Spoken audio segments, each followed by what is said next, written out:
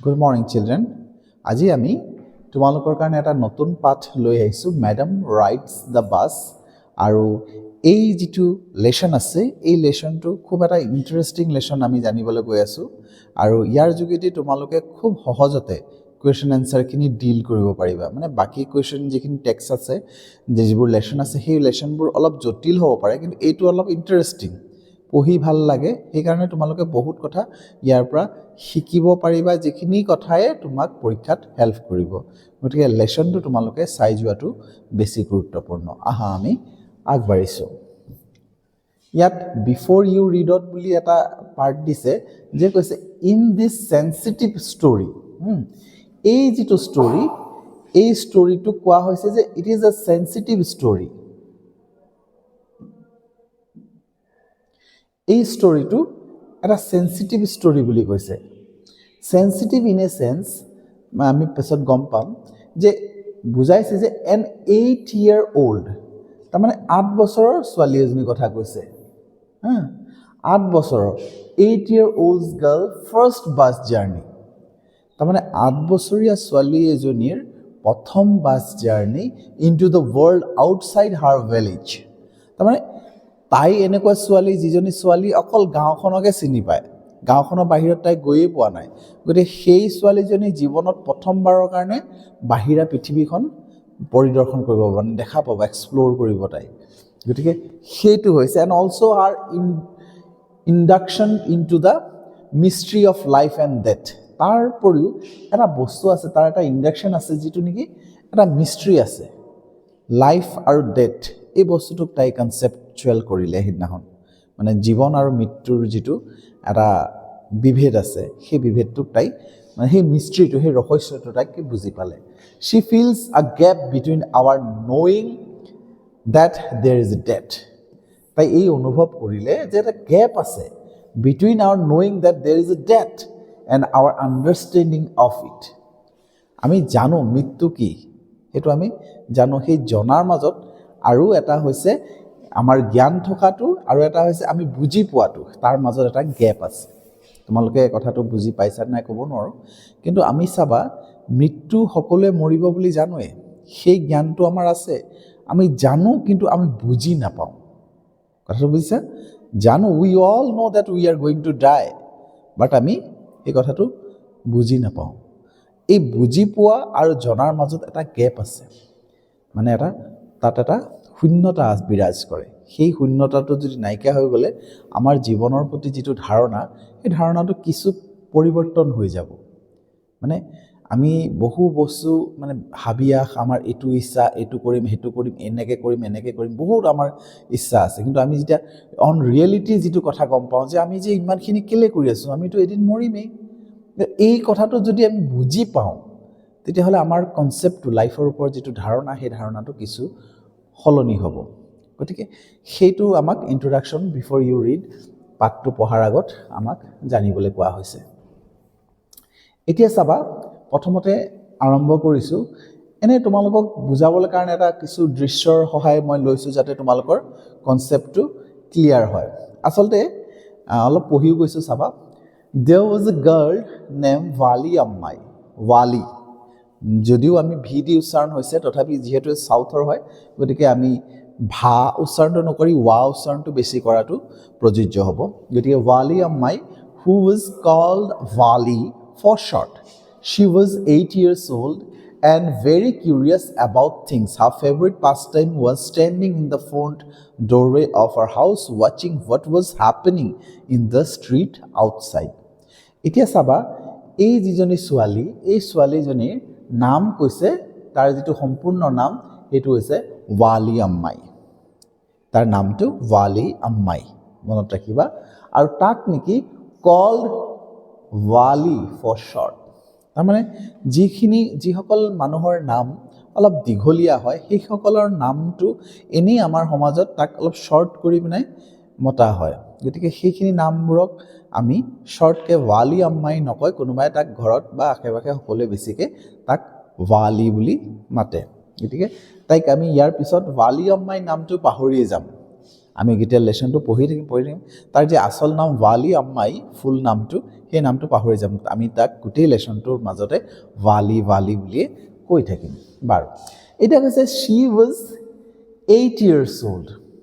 এই ইনফৰমেশ্যনবোৰ তোমালোকৰ প্ৰয়োজনীয় কথা যে তাই 8 বছৰীয়া বয়সৰ আৰু কিউৰিয়াছ এবাউট থিংছ তাই এটা কিউৰিয়চিটি আছে বস্তুবোৰ যিবোৰ ঘটনা ঘটি থাকে ক'ত কি হ'ল ক'ত কি দেখিলে ক'ত কি শুনিলে এই বস্তুবোৰৰ প্ৰতি তাইৰ কিউৰিয়চিটি এটা আছে কিউৰিয়াছ এবাউট থিংছ বস্তুবোৰৰ জনাৰ প্ৰতি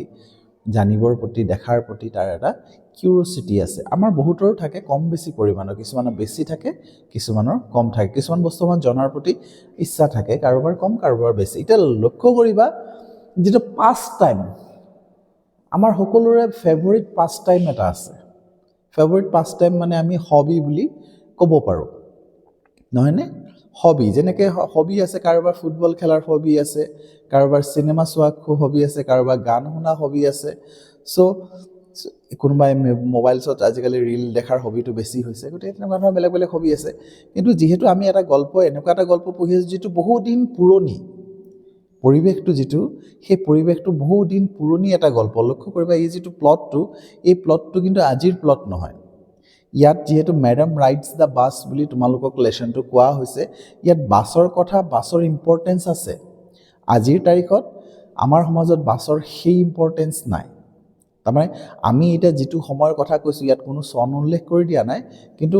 এই কথাটো আমাৰ লৰালি কালৰ ঘটনাৰ নিচিনা লাগে কাৰণ সেই সময়ত এই বাছৰ ইম্পৰ্টেণ্টটো তেনেকুৱা আছিলে মানে বাছ এখনে কিমান কিউৰিয়চিটি সৃষ্টি কৰিব পাৰে আমি গল্প লিখোঁ আমি কাহিনী পঢ়োঁ আমি চিনেমা চাওঁ আমি বহুত গল্প আমি মানে নিজৰ ঘৰত আলোচনা কৰোঁ বাছৰ বিষয়ে বহুত কথা আলোচনা কৰোঁ আজিকালি যেনেকৈ মোবাইলৰ ৰিলছৰ বিষয়ে আলোচনাটো নহয় তেনেকৈ বাছবোৰ এটা খুব ইণ্টাৰেষ্টিং ফেক্টৰ আছিলে জাৰ্ণি বাছ জাৰ্ণিটো আৰু সেই কথাবোৰ এই লেচনটোৰ মাজত প্ৰকাশ পাব এতিয়া চাবা তাইৰ যিটো পাষ্ট টাইম আছে ফেভাৰিট পাষ্ট টাইম সেইটো আছিলে was standing in the front doorway মানে তাইৰ ঘৰখনৰ যিটো সন্মুখৰ দুৱাৰ সেই সন্মুখৰ দুৱাৰত থিয় হৈ থকাটোৱে তাৰ ফেভাৰিট পাষ্ট টাইম ভাল লাগে তাইক আৰু কি হয় অফ হাৰ হাউচ ৱাচিং what was happening in the street outside বাহিৰত কি হৈ আছে নহৈ আছে সেইটো চাই থকাটো এটা হাবিয়াস চাবা ভাবি চোৱা বৰ বিশেষ হাবিয়াস নহয় বৰ বিশেষ ফেভাৰিট পাষ্ট টাইম তাই ঘৰৰ কিছুমান কাম আছে কিবা কিবি কৰিবলগীয়া আছে যিখিনি কৰিলে হৈ গ'ল একো কাম নাই এতিয়া তাই বিচনাত পৰি নাথাকে আমাৰ সাধাৰণতে বেছিভাগ আজিকালি ল'ৰা ছোৱালীবোৰ তেনেকৈ বিচনাত বেছি পৰি থাকে কিন্তু আমাৰ সময়ত তেনেকৈ নাছিলে আমি খেলিবলৈ যাওঁ কিবা কৰোঁ কিন্তু তাইৰ আকৌ এটা কনচেপ্ট বেলেগ আছিলে তাই আকৌ কি হয় ঘৰৰ যিটো ফ্ৰণ্ট দুৱাৰ সন্মুখৰ দুৱাৰখনত তাই বহি থাকিব বা থিয় হৈ থাকিব আৰু বাহিৰত ক'ত কি হৈ আছে সেইটো চাব গতিকে তোমালোকে ভাবিব পাৰা যে এইটো কিনো হবি মানে পাষ্ট টাইম কিন্তু এনেকুৱা পাষ্ট টাইম আগতে আছিলে কাৰণ আগতে আমাৰ ওচৰত বৰ বেছি অপশ্যন নাছিলে টাইম পাছ কৰিবলৈ আজি যদি কোৱা হয় যাচোন তই আধা ঘণ্টা সময় বাহিৰত ৰহগে কোন আহি আছে কোন গৈ আছে তই লক্ষ্য কৰিবি আধা ঘণ্টা সময় আমি পাছ কৰিব নোৱাৰোঁ তাত থিয় কোন আহি আছে কোন গৈ আছে ক'ত কি এইবোৰ কৰিবলৈ সময় নাই মোৰ কিন্তু মোবাইলত মোৰ 2 ঘণ্টা কেতিয়া কাটি যায় মই গমেই নাপাওঁ গতিকে তেনেকুৱা ধৰণৰ পৰিৱেশ কিন্তু সেইটো সময়ত আমাৰ বৰ অপশ্যন নাছিলে গতিকে সেইটো এটা বৰ বিশেষ ইণ্টাৰেষ্টিং কথা আছিলে যে আমি বাহিৰৰ পৃথিৱীত ক'ত কি হৈ আছে ৰাস্তাৰ ওচৰত বহু মানুহ আছিলে সেই সময়ত মই নিজে দেখিছিলোঁ যে বহু মানুহ কাম যেতিয়া নাই তেতিয়া এখন টুল বা এখন মূৰা চলে তেতিয়া মূৰা এটা লৈ পিনে বাহিৰত বহি পিনে বাহিৰৰ পৃথিৱীখন চাই থাকিব ক'ত কি হৈছে নহৈছে কোন আহিছে মানে তেনেকুৱা কিছুমান মানুহ আছে কাৰ ঘৰত কোন মানুহ কোন আলহী ক'ৰ পৰা কি কাপোৰ পিন্ধি আহিছে সেইজন মানুহে চব ক'ব পাৰে তেনেকুৱা ঢেৰ মানুহ আছিলে যে আজি আমুকৰ ঘৰত আমুক আহিছে আজি আমুকৰ ঘৰত আমুক বনিছে সেইটো গম পায় তাৰমানে বজাৰৰ পৰা সি কি কিনি লৈ গ'ল মানুহজনে সেই কথা গম পোৱা গ'ল কি খাব গতিকে গম পালে পাচলি এইটোকেইটা কিনিছে গতিকে এইকেইটা বস্তু তেওঁলোকৰ ঘৰত আজি খানা হৈ আছে এই কথাখিনি গোটেইখিনি কথা গম পাইছে কোনোবা মানুহৰ ঘৰত ক'ৰ পৰা মানুহ আহিছে ক'ৰ পৰা ফুৰিবলৈ আহিছে সেইখিনিও গম পায় ইভেন এনেকুৱা হয় কিছুমান অচিনাকি মানুহ আহিলে সেই অচিনাকি মানুহ ক'ৰ পৰা আহিছে কিয় আহিছে কাৰ ঘৰলৈ আহিছে গোটেই ডিটেইলছবোৰ তেওঁলোকে কালেকশ্যন কৰে সোধে আৰু সেইখিনি কথা তেওঁলোকৰ মাজত আলোচনা হয় যিহেতু আমাৰ সমাজ এখন আছিলে সেই সমাজখন তেনেকুৱা ধৰণৰ এটা বণ্ডিং আছিলে সমাজখনত গাঁওখন বা চহৰখনেই বুলি কওঁ সৰু সুৰা চহৰতে গোটেই বস্তুবোৰ কানেক্টেড হৈ আছিলে মানুহে মানুহক প্ৰতি সেই মৰম চেনেহ ভাৱবোৰ অলপ তেনেকুৱা ধৰণৰ বেছি আছিল যি কি নহওক সেইটো হৈছে তাইৰ ফেভৰিট পাছ টাইম এই গাড়ীখন আহিলে ধৰা বাছখন আহিলে তাই ঘৰৰ সন্মুখতে এনেকুৱা দুৱাৰত ধৰা ঘৰৰ সন্মুখতে বাছখন চলে তাৰমানে ৰাস্তাৰ কাষেদি বাছখন চলে সেইটো চাই পিছত আমি গম পাম এইটো পিছৰ হেৰিটোত আছে ইয়াত কৈছে there was no playmates of her own age on her street এতিয়া তোমালোকৰ এটা ধাৰণা হ'ব পাৰে যে কথাটো কৈছে যে যিহেতু তাই বাহিৰত ক'ত কি হৈ আছে সেইটো চাই ভাল পায় ডেফিনেটলি তোমাৰ মনত ধাৰণা এটা আহিব বাহিৰত কি যেন তাৰ লগৰ কিছুমান আছে খেলি থাকে সেইকাৰণে চাই নহয় কিন্তু ইয়াত কৈ দিছে স্পষ্ট there was no playmates তাইৰ কোনো খেলৰ সংগী বাহিৰত নাছিলে আমাৰ ধাৰণাটো যেটো হ'ব পাৰে তাৰ খেলৰ লগৰীয়া কোনোবা আছে কি জানে বাহিৰত নহয় তাইৰ কোনো প্লেমেটছ নাছিলে অফ হাৰ ওন এজ তাইৰ নিজৰ বয়সৰ কোনো খেলৰ সংগী তাত ৰাস্তাত নাছিলে and this was about all she had to do আৰু তথাপি তাৰমানে তাই এইটোৱে কৰি থাকে মানে তাই থিয় হৈ থাকিব চাই থাকিব কিন্তু but for Vali standing at the front door was every bit as enjoyable as any elaborate game other children played কিন্তু বাহিৰত যেটো দৃশ্য চাই থকা সেইটো তাইৰ কাৰণে তেনেকুৱা সিম্পল নাছিলে এটা মানুহে বাচ্চা এটা কিবা এটা গেম এটা খেলে যেনে ক্ৰিকেট খেলে ফুটবল খেলে খোখো খেলে হা কি কয়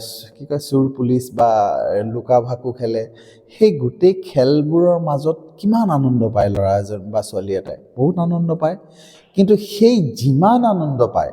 ভালিয়ে কিন্তু তাইৰ ঘৰৰ সন্মুখত থিয় হৈ বাহিৰৰ পৃথিৱীখন চোৱাটোৱে তাইৰ সেই সিমান আনন্দ পায় তাৰমানে এইটো অকল তাইৰ ইমান হেৰি নহয় তাই বহুত মানে আনন্দ পায়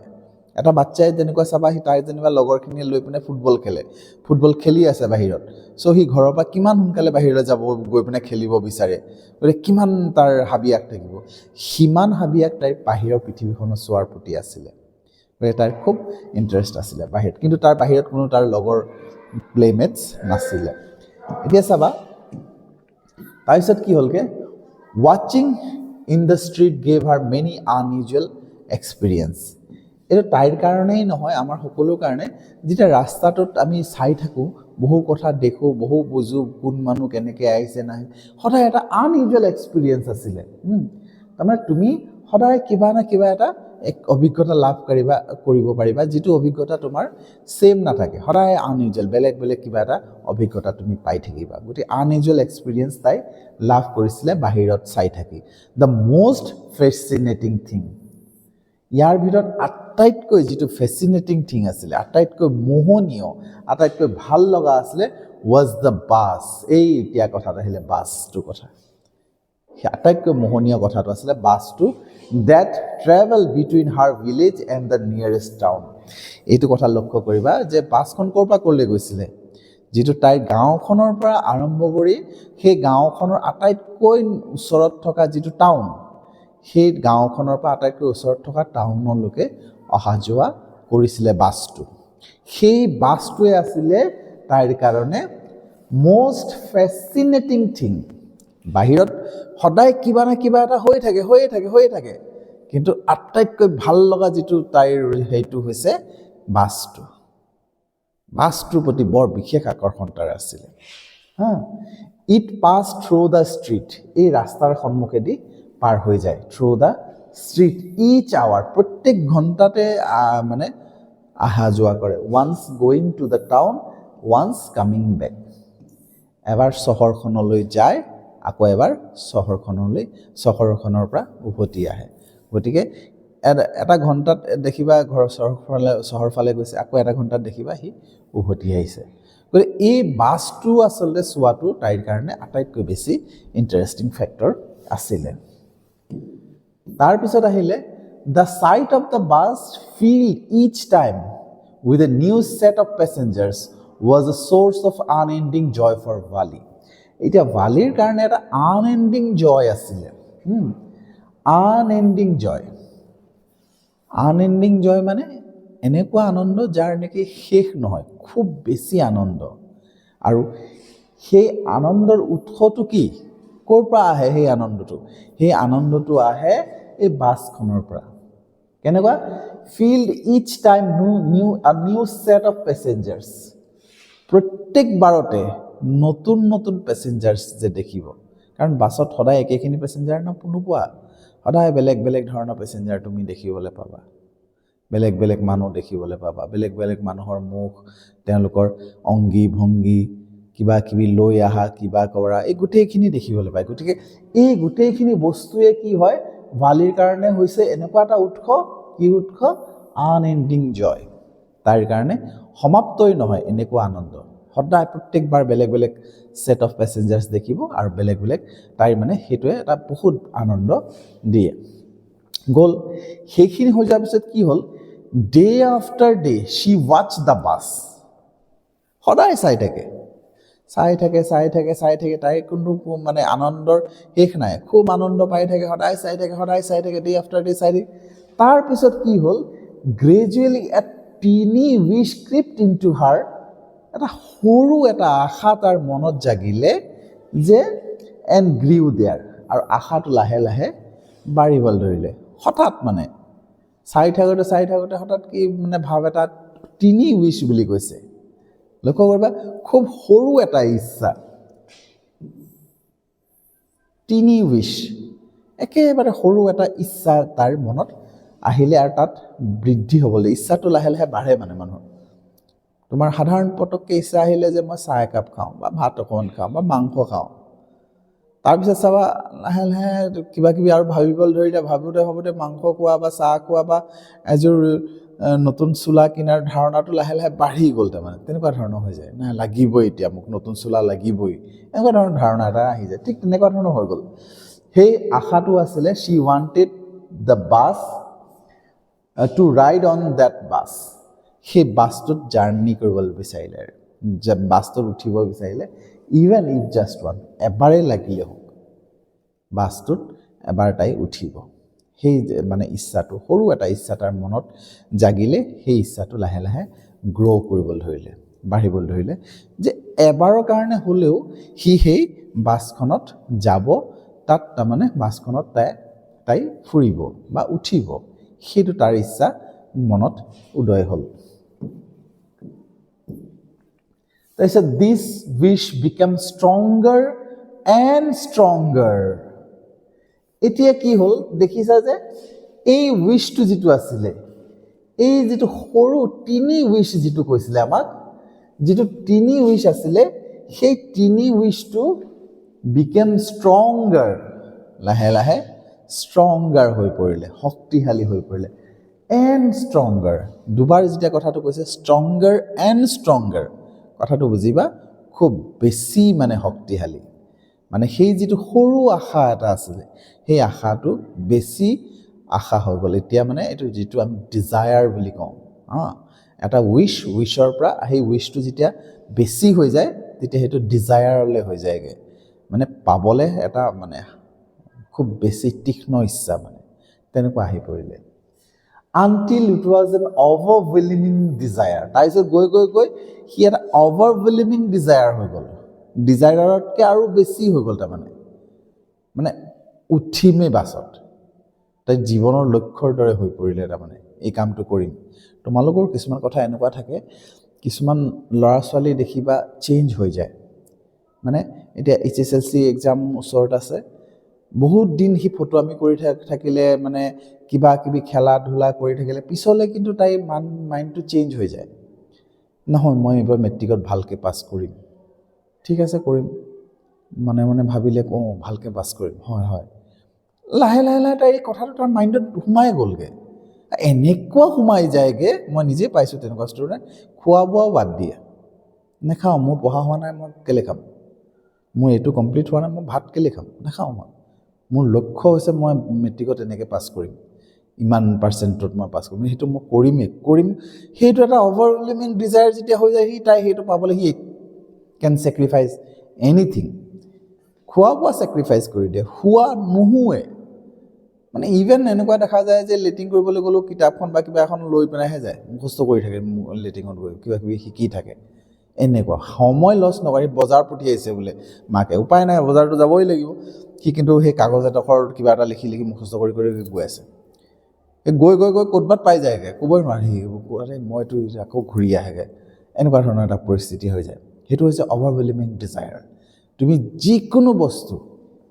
যেতিয়া আয়ত্ব কৰিব লাগিব, মনটো আগতে স্থিৰ কৰিব লাগিব যে মই এইটো কৰিমেই। সেই যেতিয়া অভাৰৱেলমিং ডিজায়াৰলৈ যেতিয়া আহি যায়, তেতিয়া জানিবা সেই বস্তুটো সি কৰিবই। আৰু সেইটো আকৌ নেগেটিভ ছাইডতো হয়। বেছিভাগ ল'ৰা ছোৱালী বেয়া দিশটোতহে বেছি আকৰ্ষণীয় হয়। আমাৰ এতিয়া মেট্ৰিক পাছ কৰাৰ প্ৰতি আমাৰ অভাৰৱেলমিং ডিজায়াৰটো বৰ সহজত নাহে, কিন্তু আহে কি মেট্ৰিক পাছ কৰি যদি লওঁ তেতিয়া মোক এটা বাইক লাগিব, মোক এটা মোবাইল লাগিব, সেইটোহে বেছি দৰকাৰী হৈ যায়। গতিকে সেইটোৱে আমাৰ প্ৰব্লেম। গতিকে আমাৰ যাতে তেনেকুৱা প্ৰব্লেম নহয়, আমি সঠিক দিশত যাতে আমাৰ লাইফটো আমি চেণ্টাৰ্ড কৰিব পাৰোঁ, সেইটোত গুৰুত্ব দিবা। কাৰণ সেইটোত মনত যেতিয়া জোৰ আহে তেতিয়া তুমি সেই বস্তুটো কৰিব পাৰিবা। চ' আজিলৈ বৰ দীঘলীয়া নকৰোঁ, আজিলৈ আমি আমাৰ ক্লাছটো ইয়াতে সামৰিছোঁ। পিছত আমি এই লেশ্যনটো কণ্টিনিউ কৰিম। চাই থকাৰ বাবে ধন্যবাদ।